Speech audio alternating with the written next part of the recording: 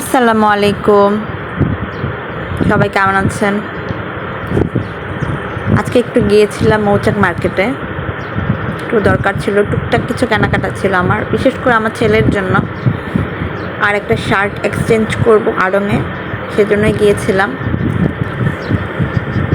দেরি করে গিয়েছিলাম, সেজন্য মৌচাকে ইফতারটা করে নিলাম।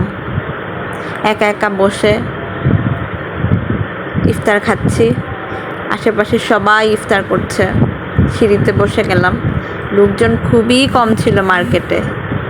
আমি আবার লোকের জিজ্ঞেস করছি কি ব্যাপার এত কম কেন, মানে লোকজনও বলছে যে গত বছরের থেকে এবার অর্ধেক মানুষ, একদম ফাঁকা ফাঁকা মার্কেট। যাই হোক, আমি এদিক দিয়ে বসে ইফতার খেয়ে নিচ্ছি।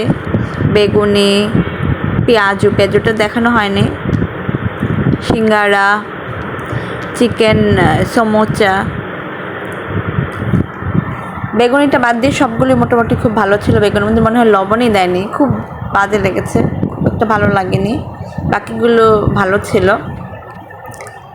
আমার ইফতার খাওয়া শেষ, পানি খাচ্ছি।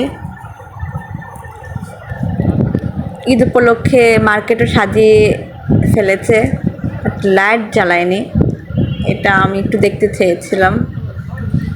তারপর এখান থেকে চলে গিয়েছি মার্কেটে। সবাই ভালো থাকবেন।